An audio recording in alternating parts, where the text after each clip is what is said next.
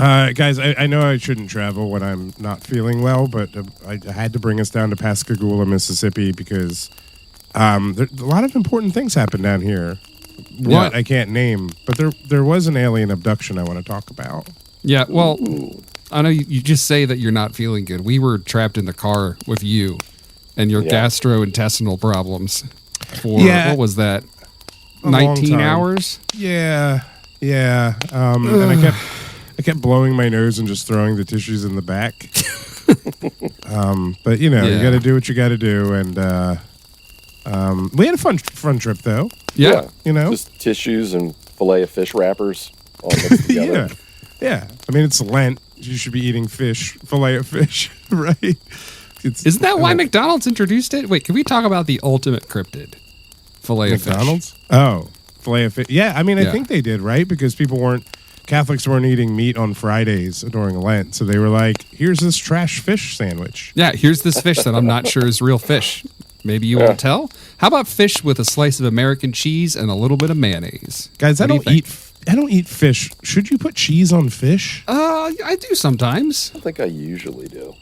But, I mean, cheese can kind of go on anything. Like Parmesan? Yeah, Parmesan's good. Maybe it's just because my concept of cheese is Cheese Whiz, and that's it. Well, see, that's the weird thing about the fillet of fish with the American cheese, is that American cheese doesn't taste like anything. But Parmesan's got a little salt kick, It's bringing a little bit more to the party. American cheese is just like the big guy sitting on the couch screaming for another beer, Me. It's not doing much. But, well, that's fine. That's true. Well, speaking of fillet of fish, we came down to Pascagoula, Mississippi, specifically to talk about the Pascagoula Elephant Men. There's no segue there. But wow, there wasn't. That was a sneak attack there. Yeah. Okay, an Elephant Man. Okay, so this episode's brought to you by the late, the great David Lynch. Everybody, there you I'm go. Excited. Yep. Yeah. So you wanna just get warm down by the fire here on the Pascagoula River. Talk about them Elephant Men. It's Elephant Men too. There's multiple. Men. Yes. Right. Oh, like in a herd or something. Yeah. They're all gonna hold tails and do the elephant walk. Yeah. Why don't we hop into it? It's Greg's Cryptid Corner, where mysteries abound. Bigfoot, Mothman, monsters, let's see what we found. Hey, and welcome to Greg's Cryptid Corner, a podcast about monsters for weirdos. I'm your host, Greg, and joined, as always, by my wonderful forever guests. Eric, how you doing today? Good, I'm doing good. Happy to be here in Mississippi and ready for some elephants. Yeah. Excellent. And Dan, how are you today, sir? I'm doing very well. I'm feeling both elephant and man. I'm feeling both elements to this. I like the idea of a cryptid that's kind of like a guy. I like the guy cryptids. And I like elephants. I'm an elephant fan. Are you guys elephant fans? Hell I'm yeah. I'm an elephant man that is an elephant fan. Same. Yeah. I think the only people that dislike elephants are people whose families were trampled. Which, I understand. I get it. Yeah, that's why I hate cars. A car. Your family was trampled by a herd of cars. Oh no. Yeah.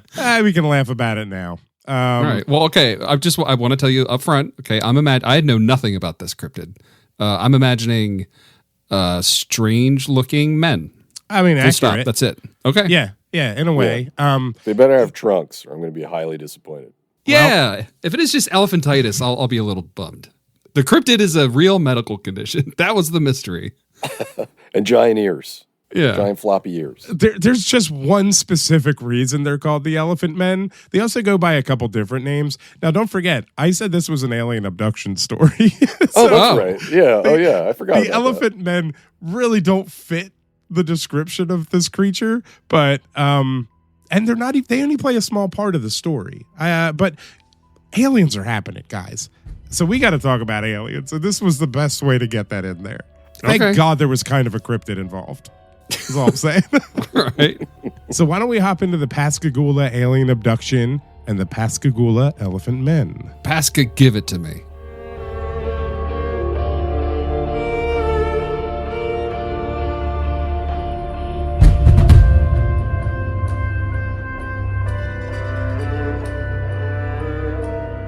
On October 11th, 1973, one of the most well-known alien abduction stories occurred, involving Charles Hickson and Calvin Parker. On that night, Hickson and Parker were fishing off a local pier when they heard a high-pitched whirring sound. They then saw a glowing, oval-shaped craft, about 30 to 40 feet wide, hovering nearby. Suddenly, 3 humanoid figures emerged from the ship and floated towards them. These figures reportedly paralyzed the men. In fact, Calvin Parker passed out on the ground as they approached. Now, these creatures have become known as the Pascagoula Elephant Men, or the Pascagoula Entities, or simply aliens. All right. Clever. I think I'm going to go with the first one. I like the Elephant Men. I like that. Yeah, I feel like entities, it doesn't do it justice. Because to me, an entity is kind of like a black shadow, you know? Yeah. Entity is like, it's the UAP of cryptid, you know? It's not satisfying to say. It's not spooky enough. I want a little pizzazz. I want jazz hands. Yeah, know? I mean, I agree. I get that UAP is more descriptive of what they are, but bring back UFOs. Agreed. Let's Yeah, do that. It's cooler. It is cooler. And Pluto's a planet, and cursive is useful sometimes. Yeah, just assign old checks. men talking. Get off my lawn, you Yeah, get off your phones, kids. Dinner should be served at 4:30. Whoa, okay. Well, I mean, that's when I have my snack. That's when I have my cheese stick and a couple of nuts. Do you ever eat lunch at 2:30 and then eat dinner at 4:30 and go, what am I doing with my life? I think if I have lunch at 2:30, I just don't eat dinner. I think that's just called what's that, dinner? Yeah, Dunch? but it's Linners. well, you know, some of us are fat and don't have self-control, but then I do feel bad about it afterwards. Well, anyway. Elephant Men. I'm Yeah. sorry. Yeah. So the Pascagoula Elephant Men are described as being 5 to 6 feet tall, and they have gray, wrinkled elephant-like skin. That's where the elephant comes in. Just That's it? gray skin. That's And maybe that's like strange. maybe one little bit more. Okay. So they have no visible eyes or neck, but the creatures had 3 long, like, growths coming out of their heads, kind of like where a nose and ears would be. So picture like a snowman, for instance. When you put a carrot in its nose, it's kind of like that, but it's all gray. And its ears are sticking out And too? its ears, yeah, it's carrots for ears as well. So it's kind of like a messed up trunk and tusks situation. Yeah, maybe. Okay. Their hands are described as lobster-like, so they kind of had like claws. I like that. And their legs seem to be fused together, ending in thick elephant-like feet. So they got big old feet, and their legs are stuck together. They kind of seem like not monoliths, but like statues that kind of fly, but can also move and are sentient and alive. So That's they're kind of not how walking. I They're just, visualize like, it. They're just gliding. They're floating, yeah. They're floating. Okay. All right. Nice. What if it's just like they're all, their legs are stuffed through one pant leg? I mean, yeah, maybe they're 3-legged racing, yeah. Okay. That's what it is. Yeah, I can wrap my head around that. Detoured. They got spaceships, but they haven't learned 2-legged pants yet. How do you pilot a spaceship with a lobster claw for a hand? That seems difficult without a opposable thumb, you know? Well, we're actually going to get into maybe another different alien as well. Okay. Oh, okay. All right. I'm on board. These guys seem like the grunts. So like they're going out and doing the like crappy work. The grunts Like that going to fly. abduct humans. Okay. Like send the one-legged nose grunts out. Yeah. Trunk noses, trunk ears. They got nothing else going on. They can't put pants on right. Send them out. They'll just One float over. pant It's leg. fine. Look how wrinkly they are. Just send them out. Humans they won't know. They'll just pass out. They're terrified of these guys. And the whole time they're just pantsing one of them. Giving another one like a atomic wedgie. Yeah. They call it a space age wedgie because they're aliens. Yeah, that makes sense. Cosmic wedgie. Yeah. All right. So these 3 creatures then took the 2 men onto the ship for examinations. Oh Of no. course. So Calvin, he was the one that passed out. He described being examined by a female alien who communicated with him telepathically, telling him, "I'm not going to hurt you." How do you know? Do the female aliens have like boobies? I think it's like Miss Pac-Man. They just have like a pink bell in there. Yeah. That might be it. Yeah. Yeah, that's it. Yeah. Yeah. Yeah. The one with the bow said, "Don't worry, I'm not going to hurt you," and then probed him. Dan, you're right. Lobster claw. Whoa. Oh, God. She didn't have a lobster claw. Envision her as kind of not necessarily a gray, but more that style alien. Oh, okay. So smaller than the elephant people. Yeah. So she was a kind of a normal looking alien. That's a weird statement, but I get it. yeah. A hot gray. Yeah. She was a hot gray. Well, what if this is an alien society where the ladies are all hot grays and they're the dominant one, and the men are all the ugly elephant floating one-legged people? Maybe. Yeah. That could be it. Yeah. Okay. Well, I mean, yeah, or whatever their equivalent to like social roles, however that would break down. Yeah. Whatever. Instead of male, it's glop glop, and instead of female, it's like just that sound. I want to be part of this race. That sounds great. Yeah. But Dan, you said after she said, "I'm not going to hurt you," and then she probed him. After she said, "I'm not going to hurt you," she grew probes out of her fingertips and then shoved them down his throat up through his like nasal cavity and like removed something from his like sinuses. Oh. Like a blockage? Maybe they did all the things I read didn't necessarily describe exactly what they took out, but they removed something. Maybe he had a deviated septum and she was just helping him out. Yeah. Yeah, maybe he didn't snore anymore. Huh. I bet his wife loved that. And actually, Charles, Calvin Parker was 17 at the time when this happened. Charles Hickson was like 42. I think they were relatives, but so Calvin was much younger. His mom probably complained he snored too much, and the aliens were like, "We'll take care of it. We'll fix it. We got this." Yeah. Yeah. They looked down. They're like, America doesn't have health care, so we'll intercede. Yeah, they're kind aliens. Now, unfortunately, Charles, he was examined by the Elephant Men, and a floating metal orb, kind of like in Star Wars, that like black orb, that phantasm medical droid. Yeah. Oh, yeah. Yeah, God, I would hope it's not one of the silver balls from Phantasm. Yeah, that would be a problem. Or Yeah. the drill. Where's it going? I'm waiting for the shoe to drop. Where's it going? Oh, there's not necessarily a shoe that drops. So, he was examined by the Elephant Men, so they do some work besides the grunt work, but he's claimed that they more so did examinations of his mind and his memories, less so his physical body. There wasn't a ton of like description online about the like what happened in the physical examinations. There was one reference to the female alien injecting Calvin in the groinal region. I'd rather that not happen. In the nose is bad enough. I mean, I'd rather get probed in other places than have like somebody's homegrown tendrils sprout out and go up my nose. I don't like that. Injections in the groinal region. Is that what you call it? Groinal? Yeah. Don't like it. Yeah. No. Yeah. Nope. Now, when I got my tonsils out, I went to the doctor and they put a camera up my nose, down the back of my throat to like see back there. And it's kind of like, I can open my mouth.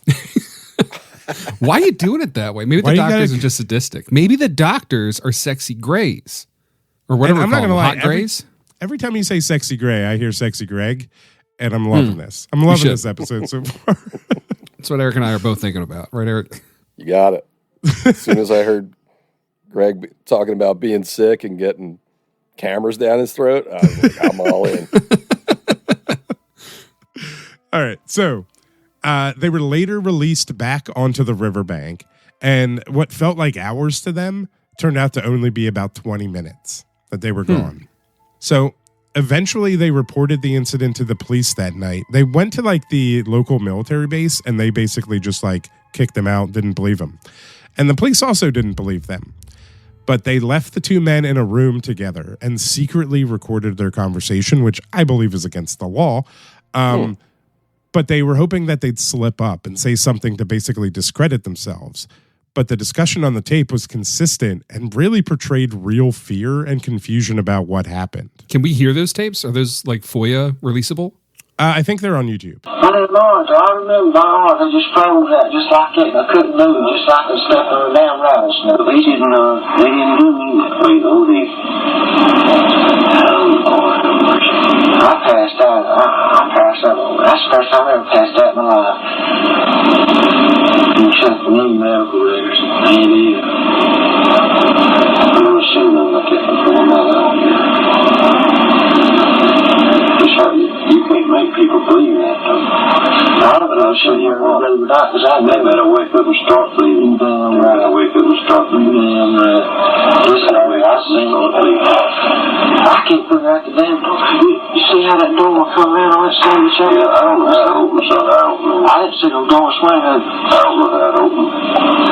I don't know how to shit on it. Now, there were additional reports that night of a light or a ship being seen in the area, and supposedly there was a sonic boom that was reported across Ohio and Pennsylvania that night with no direct known cause. Nice. And the abduction occurred in 73, which was a time of like a big UFO flap across the U.S. So it kind of correlates with extraterrestrial, supernatural stuff happening. I think 73 was when the UFO Bigfoot flap in Western Pennsylvania happened as well. So it's like we got a lot of UFO stuff going on. What's a flap? I was going to say, I love hearing that flap. Greg introduced me to this term. A flap is kind of, when you start seeing a lot of UFOs in a very short time period, it's known as a flap. But it also applies, you said there's like a flap of Bigfoot sightings. Like it applies to like creepy stuff. Yeah. So if something specific happens more and more in a short period of time, it's known as a flap. That's how I would describe it. I love that. Nice. Yeah, this weekend was a flap of drinking for me. Yeah, that's why I'm sick. I had a flap of beers all weekend. So Charles Hickson would later go on to attend UFO conferences, guest on talk shows like the Dick Cavett Show and Johnny Carson, and be on game shows, as well as author a book called The UFO Contact at Pascagoula. So he was not against making money off of what happened. He's not shy about it. Does that make you like suspect that he's making this up? Like, does that raise a red flag for you? It often does.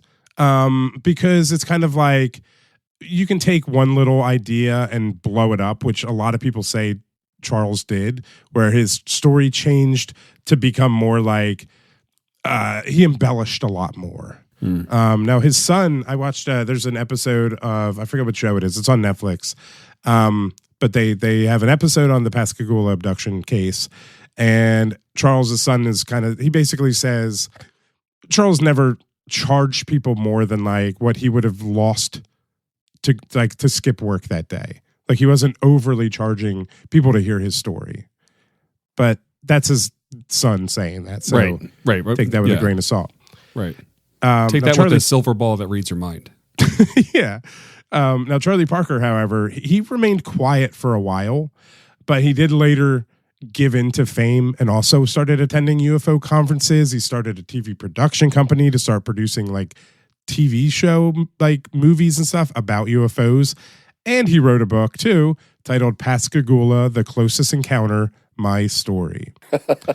My story. So, did they see a ship? Yeah, they saw a ship. Yeah. Or the 40-foot wide one, right? Oh, I'm sorry. 30 to 40 feet. Yeah, wide. Now, Charlie Parker also, this is where it gets a little weirder, very weirder. He also said that he was visited 19 years later by the same UFO.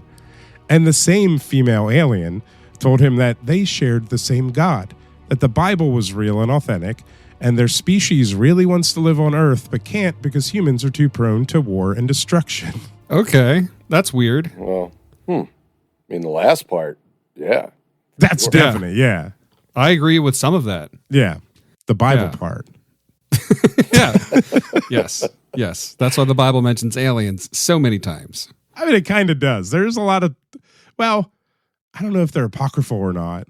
Okay, can that be an episode? I want you to walk me through that. I'm very I really want to, yeah. Okay. But this is not the first of like your cryptid people or your UFO people, I guess, that have this like religious bent to them. Yeah, the dude from the rope-in. Yeah, he wanted to find the rope-in to prove that evolution didn't exist or that the Earth was younger than what we think it is. Creationism. Right.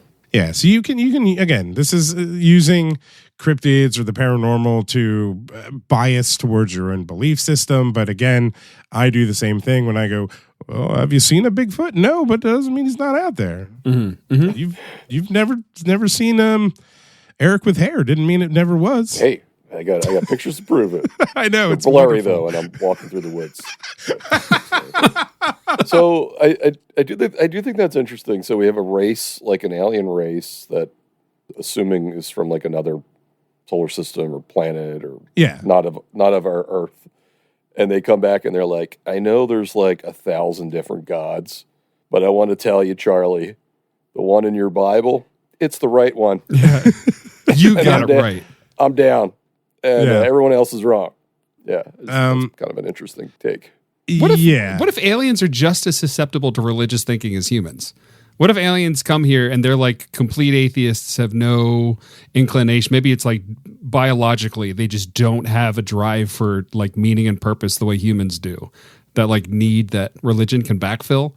And they arrive on the planet and then they read our holy text and they're like, wow, this is real. And they just get swept away in it too. That would be cool. That would be cool if there was like aliens became real, but then there were like missionaries that had to convert them to their religion, and they were susceptible to it. Yeah. And then people take their conversion miracles as proof. Yeah. And they could do little miracles. Ding, ding, ding. But what if they picked up Twilight and they started reading that and they're like, vampires are real and they're sexy? I love it. See, this is a book. I would read this book. I would watch this movie. Maybe like a Netflix, like 8-episode miniseries. They all just started dressing like Twilight. It just had like Team Edward shirts on. It's called The Cullen instead of The Culling. Maybe they wipe out all the people that are Team Jacob. I couldn't remember the other guy's name. Yeah, but you knew the vampire's last name. That's impressive.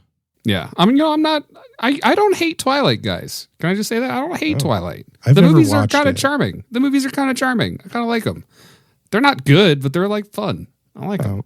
Well, maybe on the trip back, we'll put on the Twilight ebooks, the Twilight audiobooks, and listen to it the whole time. I only know the movies. I feel like the books would be insufferable.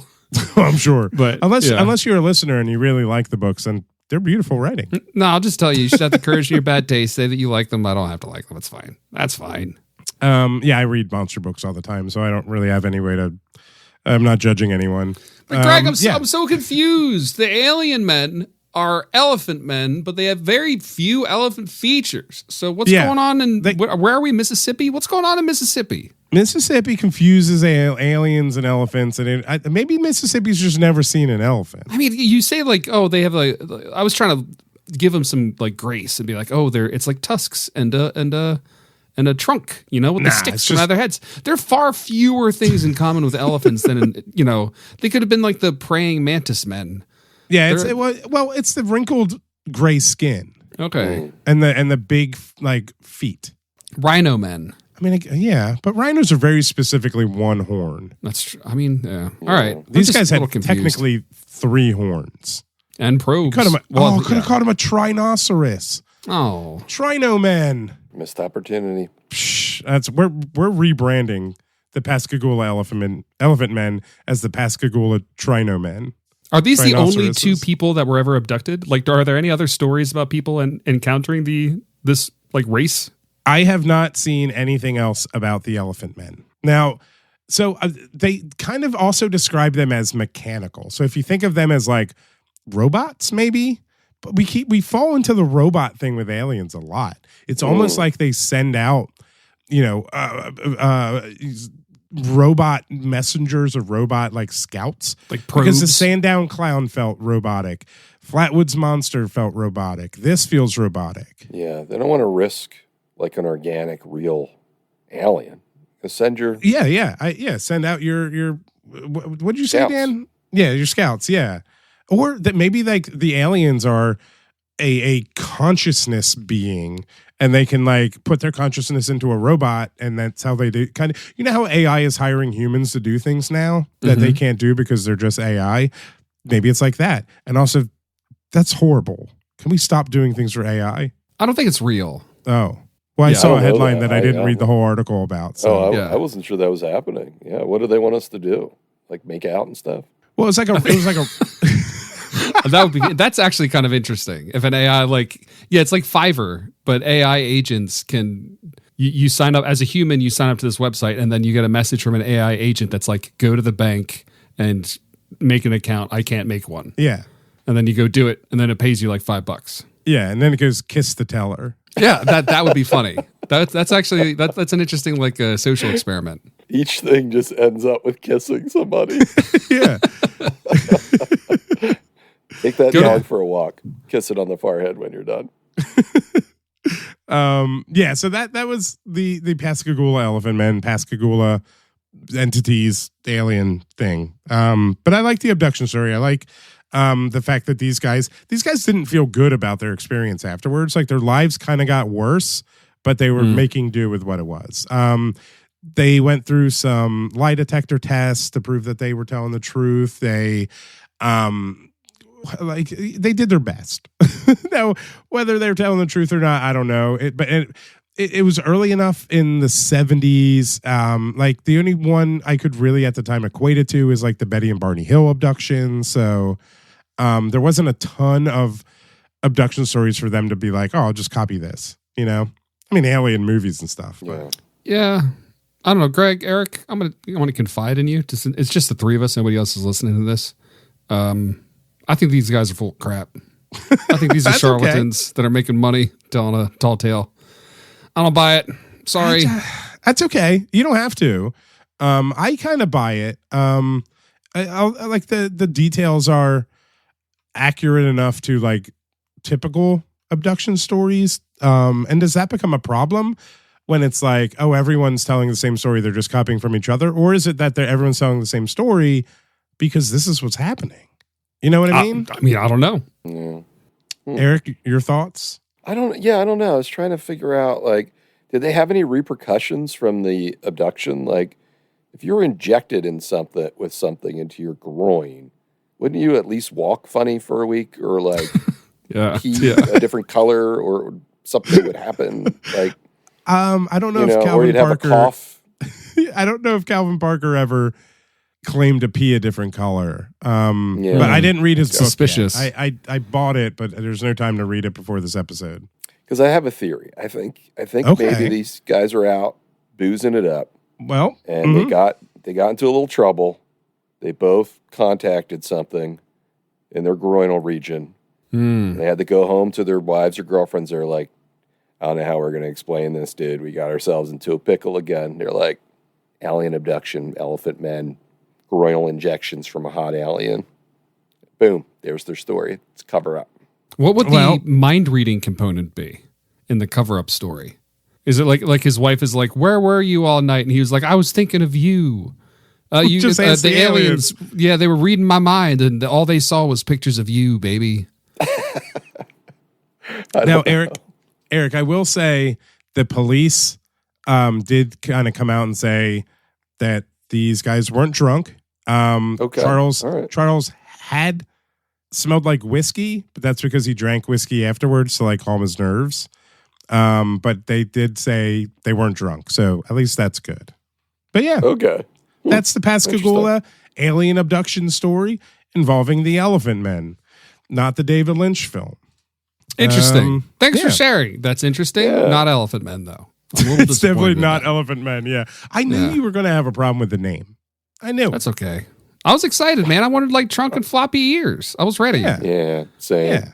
It's like when we did the telepathic football. You wanted a football. I did. Well, it was kind of a football. It was just a football-shaped prairie dog monster. Yeah. This is a more interesting name. It's longer, though. It doesn't roll off the tongue. That's true. Yeah. So that was the Elephant Men. Hope you enjoyed it. I took a look through. It doesn't look like we have any new reviews or comments on Spotify and Apple Podcasts, which is totally fine. But if you want to hear your 5-star review read out, go ahead hop on Apple Podcasts, leave a 5-star review, and we'll read it out on the show, and or leave like a fun, either nice or funny comment on Spotify on like a newer episode. I can't wait. Hold on, all the way. If somebody left a comment that was like, is there a threshold of mean comment that's so mean you would feel like you had to say it on the podcast? Because it's funny, you know what I mean? I don't want to endorse that, but Okay. yes. All right. Obviously. Yeah. Okay. Just curious. Yeah, I'm very self-deprecating, and if somebody says something that's funny but it's also very mean, I still would probably read it. All right. So leave your funny, nice, or extremely mean comments. Thank you. Make the meanness be creative. Don't just call me fat. I already call myself that. I don't need the internet to do it. Yeah. There's not much to make fun of Greg, you know? Have Eric's you bald. to the We've show? been there before. I'm a loser. We get it. I don't know. We put it all out there, you know? You can try your best. Take your best shot. Or just be nice. That's cool. Just be like, you're nice. Yeah. That's And cool. if you want to be nice, you can join our Patreon.